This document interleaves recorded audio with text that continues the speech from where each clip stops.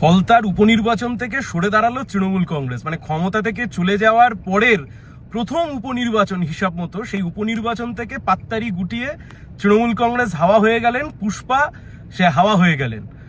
কিসের জন্য এত তাড়াতাড়ি হাওয়া হয়ে যেতে হলো? যদিও বা অফিসিয়াল ভাবে নমিনেশন উইথড্র করবার ডেট পেরিয়ে গেছে, ফলে কিভাবে উইথড্র ওরা করেছে সেটা তৃণমূল কংগ্রেস বলতে পারবে। কিন্তু কিভাবে এই তৃণমূল কংগ্রেস দুর্দণ্ড প্রতাপ ডায়মন্ড হারবারের ভাইপো মডেল, ডায়মন্ড হারবার মডেল, গোটা ডায়মন্ড হারবার পার্লামেন্টারি কনস্টিটিউয়েন্সিতে 93টা গ্রাম পঞ্চায়েত আর 4টে পৌরসভা বিরোধী শূন্য করে দিয়েছে। এই জাহাঙ্গীর থেকে শুরু করে ভাইপোর মডেল, তার নাম দিয়েছিল, পোশাকি নাম দিয়েছিল ডায়মন্ড হারবার মডেল।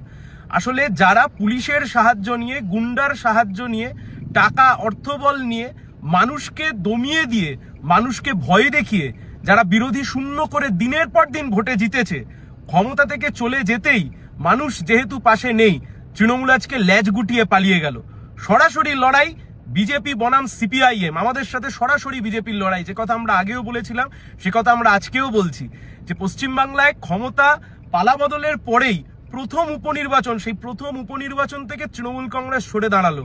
কোন পার্লামেন্টারি কনস্টিটিউয়েন্সির মধ্যে ফলতা পড়ে? ভাইপোর ডায়মন্ড হারবার পার্লামেন্টারি কনস্টিটিউয়েন্সির মধ্যে, যেখানে 2018 সাল 2023 সালের পঞ্চায়েতের নির্বাচনে একটাও কোথাও জেলা পরিষদের আসনে সিপিআইএম কে ক্যান্ডিডেট পর্যন্ত দিতে দেওয়া হয়নি। শুধুমাত্র একটা জায়গায় ক্যান্ডিডেট দেওয়া হয়েছিল, তাও সেখানে প্রচারটুকু পর্যন্ত করতে দেয়নি। 93টা গ্রাম পঞ্চায়েত বিরোধী শূন্য, 4টে পৌরসভা বিরোধী শূন্য। গোটা ভূভারতবর্ষের একমাত্র পার্লামেন্টারি কনস্টিটিউয়েন্সি, সেই পার্লামেন্টারি কনস্টিটিউয়েন্সির ফলতা বিধানসভার উপনির্বাচন, সেখান থেকে তৃণমূল আজকে ল্যাজ গুটিয়ে পালিয়ে গেল। পুষ্পার আঙুর আজকে সত্যি সত্যি কিসমিস হয়ে গেছে। যারা গণতন্ত্র নিধন যজ্ঞে সামিল হয়েছিলেন, তারা আজকে গণতন্ত্রের উৎসব থেকে ল্যাজ গুটিয়ে পালিয়ে গেছেন।